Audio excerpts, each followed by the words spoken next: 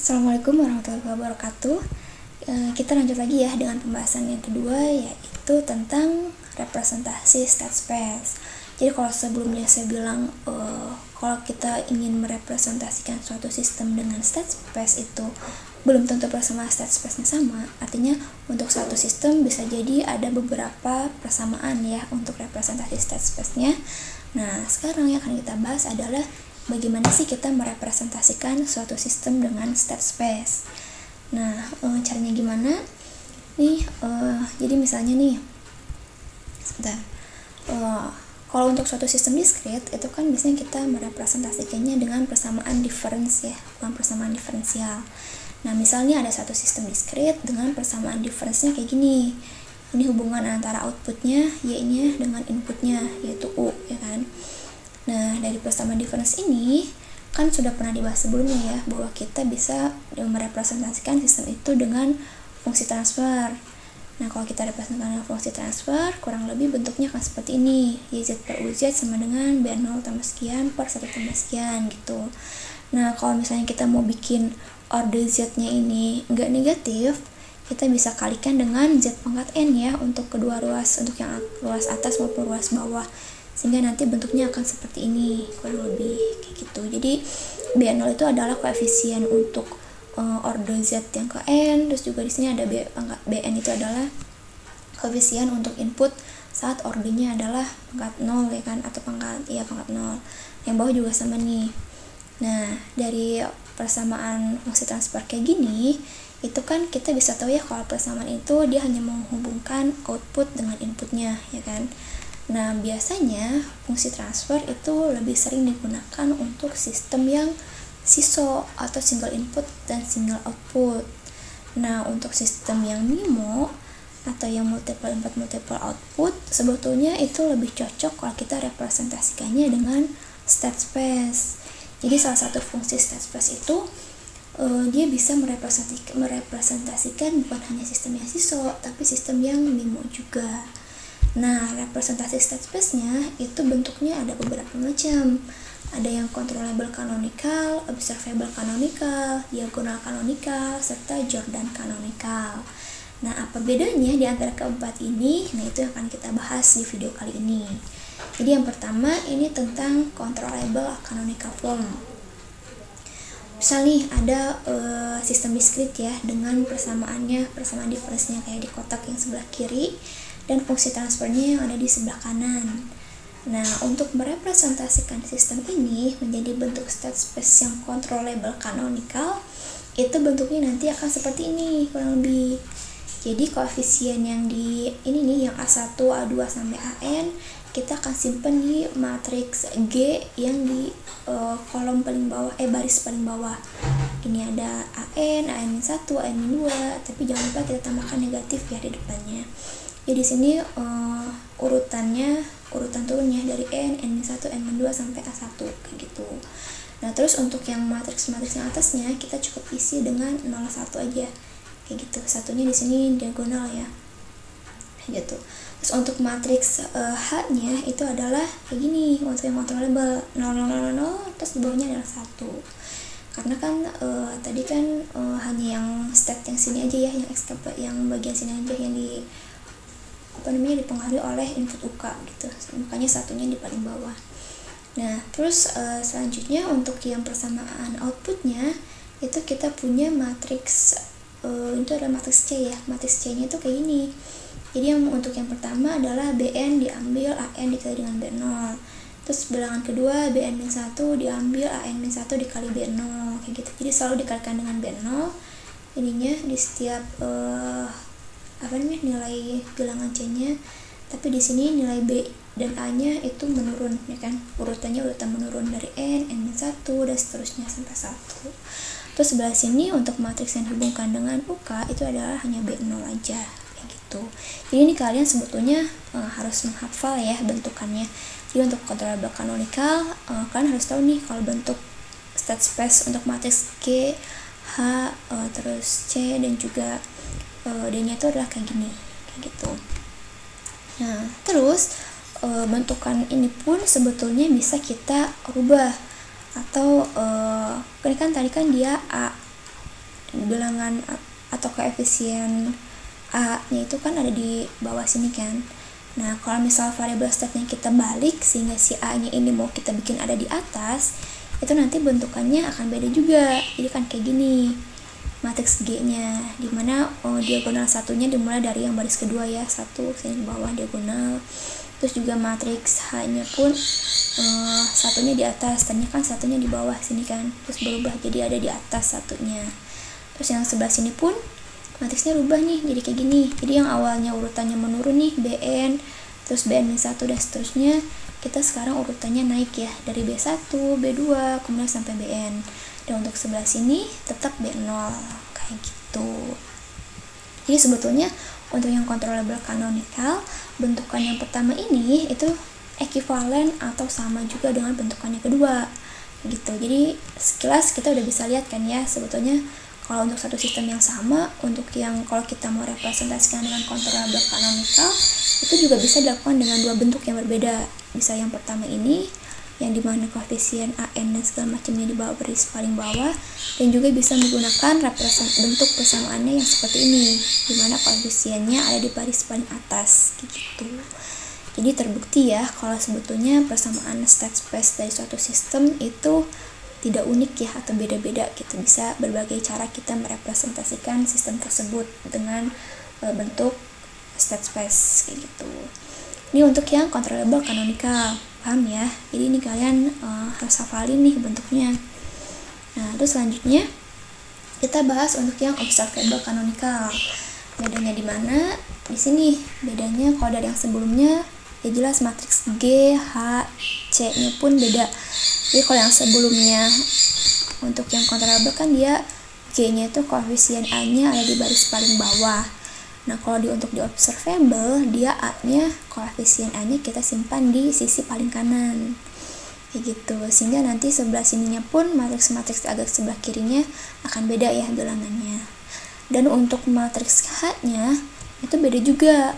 Kalau yang sebelumnya yang di controllable ini dia adalah 0, 0, 0, 0, 1. Nah, kalau di untuk observable kita rubah menjadi ini, Bn diambil AN B0, Bn-1 diambil ini, kayak gitu. Sedangkan yang sebelah sininya, yang awalnya itu sebelah sini adalah Bn diambil AN B0 segala macam, kita rubah jadi 0, 0, 0, 0, 1. Tuh, jadi kalau antara yang controllable dengan observable, sebetulnya kita bisa lihat nih, ini kan kalau controllable kan dia kayak gini ya, untuk matriks G-nya. Sedangkan untuk matriks yang G di observable canonical bentuknya seperti ini. Kalau kita telusuri, sebetulnya bentuk G untuk observable itu dia adalah hasil transpose dari yang controllable. Jadi kan kalau controllable kan dia 0, 1, 0, 0 nih baris pertamanya. Kalau kita mau transpose kan berarti baris dirubah menjadi kolom ya, komponen baris dirubah jadi kolom. Jadi kalau komponen baris ini kita rubah jadi kolom, berarti kan nanti satu ini kan dia akan pindah ke bawah sini ya, jadi 0, 1, 0, 0, 0, 0. Kita lihat nih di observable, bener enggak? Ternyata bener nih, 0, 1, 0, 0, 0, 0, kayak gitu, dan seterusnya. Jadi matriks G untuk di observable, dia merupakan transpose dari matriks G yang dibentuk canonical controllable. Nah, paham ya? Dan ingat juga ya harusnya. Nah, terus sekarang untuk yang matriks H-nya, H dan juga matriks C-nya itu ditukar. Jadi kalau yang di controllable awalnya itu H-nya kayak gini dan juga C-nya kayak gini. Nah, untuk di observable kita tukar. Jadi H-nya itu adalah yang sebelah sini.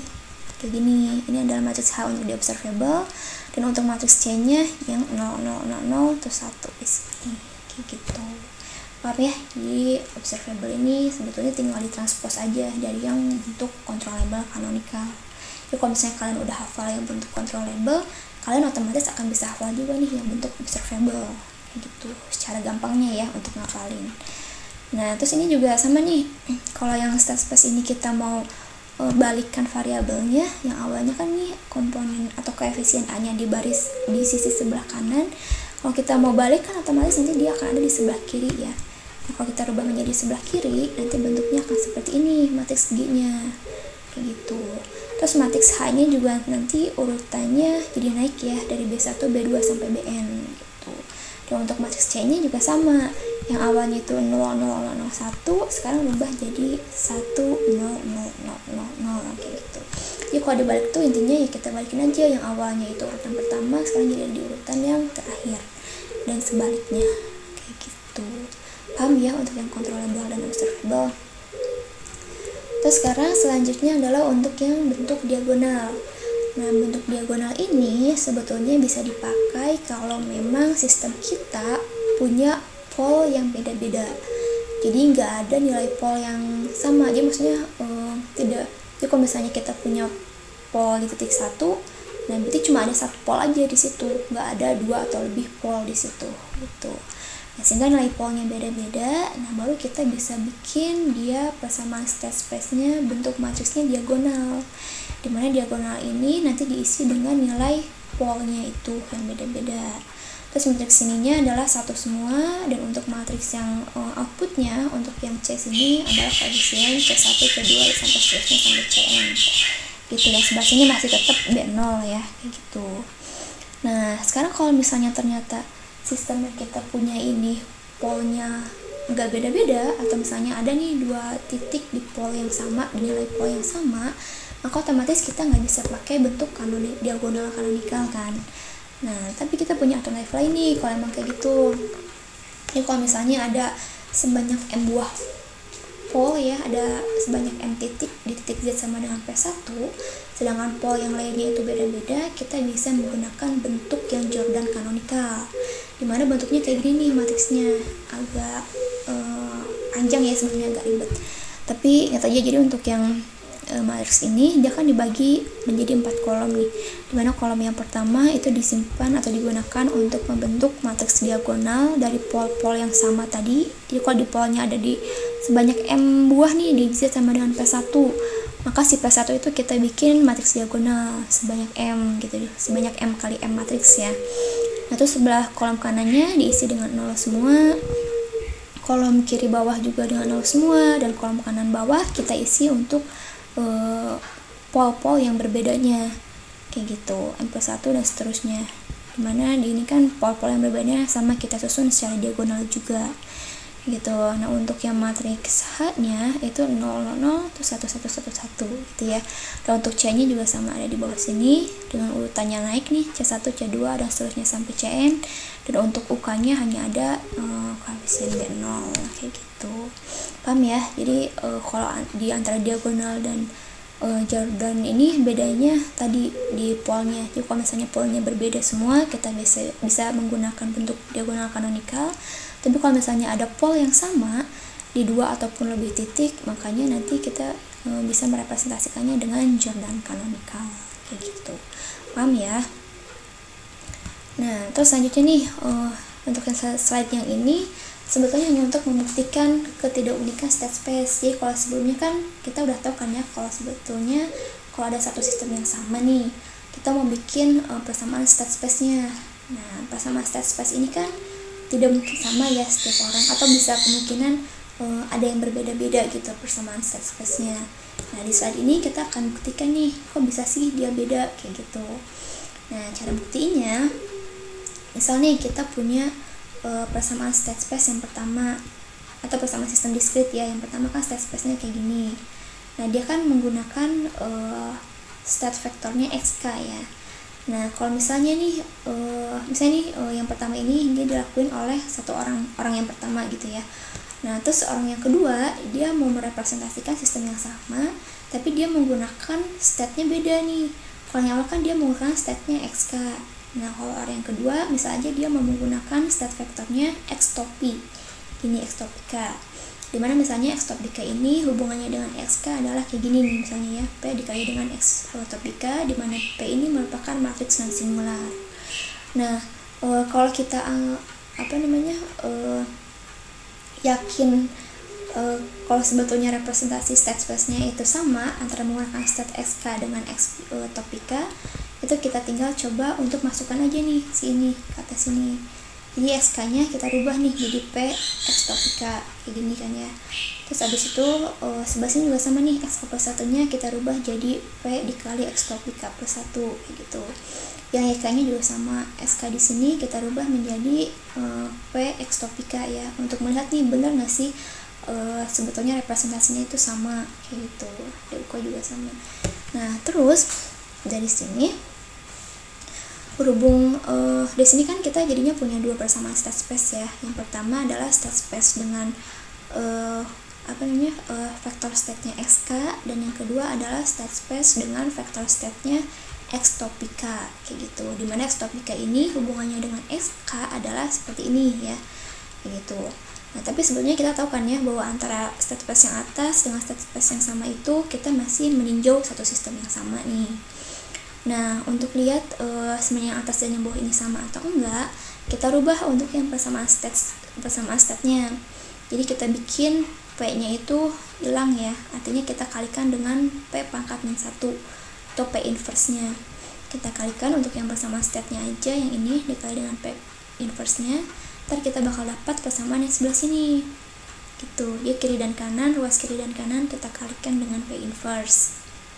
Nah dari sebelah sini kita kan udah bisa lihat nih antara yang bawah dengan yang atas itu bentukannya udah sama ya.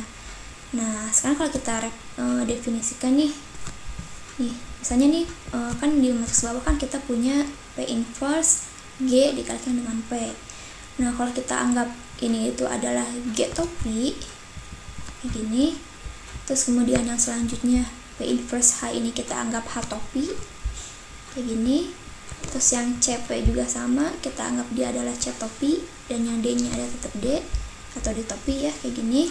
Nah nanti kita bisa dapat dari persamaan state space yang kedua ini bentukannya kurang lebih seperti ini, X topi KP1, G topi XK, H UKS gitu-gitu. Nah dari sini kita akhirnya punya dua persamaan kan. Jadi persamaan yang pertama tadi yang menggunakan state vector XK, dan persamaan yang kedua nih yang menggunakan state vektornya X topika. Kita punya dua persamaan state space. Nah dari sini kita udah bisa lihat nih bahwa sebetulnya untuk satu sistem yang sama, kita kan tadi hanya meninjaunya satu sistem kan ya. Nah kita bisa merepresentasikan sistem tersebut dengan dua persamaan state space yang berbeda. Nah bedanya apa di antara kedua ini? Bedanya hanya ada di vektor state-nya. Jadi kalau misalnya yang pertama ini kita pakai vektor state-nya XK, dan vektor yang kedua ini kita menggunakan vektor state-nya X topika. Jadi intinya kalau misalnya kalian mau bikin state space, itu sebetulnya akan bergantung atau berbalik lagi dari vektor state yang kalian gunakan. Kalau vektor state-nya itu antara percobaan pertama dan percobaan kedua ini beda vektor state-nya, otomatis nanti persamaan state space-nya juga akan beda gitu. Walaupun di antara kedua ini kita masih meninjau untuk satu sistem yang sama gitu, sehingga terbukti ya kalau persamaan state space ini dia bersifatnya tidak unik atau tidak akan ada satu solusi yang sama gitu. Oke, nah terus selanjutnya paham ya yang tadi. Nah untuk selanjutnya kita lihat nih misalnya kita mau bikin, kita kan tadi punya matriks G ya. Nah kalau kita mau bikin matriks G ini menjadi bentuk diagonal, karena memang misalnya polnya itu beda-beda kan ya, nggak ada pol yang sama, kita tinggal rubah menjadi bentuk seperti ini. Jadi kita tinggal cari matriks P yang merupakan matriks yang singular, dimana kalau misalnya kita kalikan dari P inverse dikalikan dengan matriks G dan dikalikan dengan matriks P, dia akan menghasilkan matriks diagonal gitu. Dan selanjutnya kalau memang tidak memungkinkan untuk didiagonalisasi, atau berarti ada pol yang sama di beberapa ada sejumlah pol yang sama di satu titik, maka kita bisa rubah dengan matriks Jordan. Kemudian nanti hasil perkalian dengan matriks P-nya ini dia akan menghasilkan persamaan matriks Jordan kayak gitu. Paham ya untuk yang representasi state space. Nah terus sekarang kita contoh nih, kita punya sistem dengan fungsi transfernya seperti ini. Kita diminta untuk merepresentasikannya dengan state space bentuk controllable, observable, dan juga bentuk diagonal. Nah pertama untuk controllable, masih inget gak nih bentuknya kayak gimana? Jadi kalau yang jelas kalau untuk controllable yang gampangnya itu matriks C-nya selalu 0, 0, 0, 1 ya, karena di sini cuma ada dua 2 kali 2 matriks, jadi matriks C nya pun hanya 2 kali 1 nih, tinggal 0 dan 1 doang. Terus matriks D nya juga, ini maksudnya ini matriks H ya. Nah, untuk matriks C nya tinggal 1 1 1 aja kan, di sini berarti tinggal 1 dan 1. Nah, sekarang yang harus kalian hafalkan adalah matriks yang ininya, matriks yang G nya. Nah, matriks yang G nya kita bisa, kalau kalian lupa nih, kita lihat lagi ya yang bentuk yang controllable kayak gini. Jadi kalau kalian punya fungsi transfer kayak gini, berarti nanti yang atasnya adalah 0 1 sekian segala macem. Terus sebelah sini koefisien A nya kita urutkan secara turun ya, dari AN-1 dan seterusnya. Sini matriks C nya adalah BN diambil AN B0 maksudnya ya. Tuh, jadi ntar kita coba lihat kalau untuk fungsi transfer yang di soal ini adalah kayak gini. Berarti kan di sebelah sini kan yang baris pertama tinggal 0 dan 1. Nah, baris keduanya adalah minus dari koefisien si A itu sendiri, atau minus dari koefisien yang bawah, dimana urutannya adalah menurun. Nah, AN itu kan sebelah sini ya, 0,4. Makanya di sini adalah minus 0,4. Terus yang sebelah sini tinggal minus 1,3 gitu.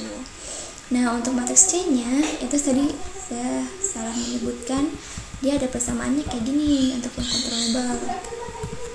Nih, BN diambil AN B0, terus yang kedua BN-1 diambil AN-1 kali B0.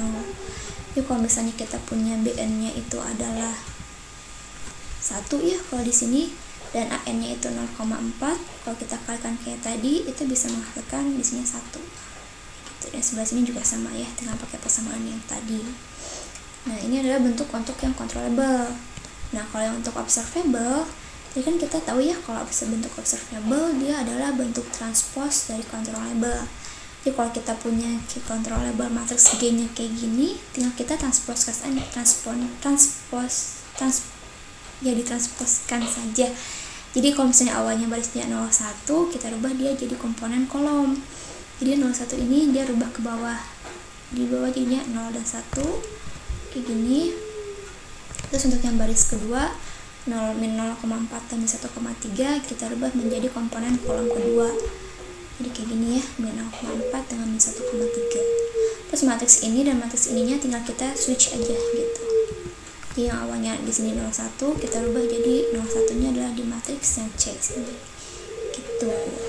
Nah, kalau untuk bentuk diagonal kita harus cari tahu dulu polnya itu ada di titik berapa.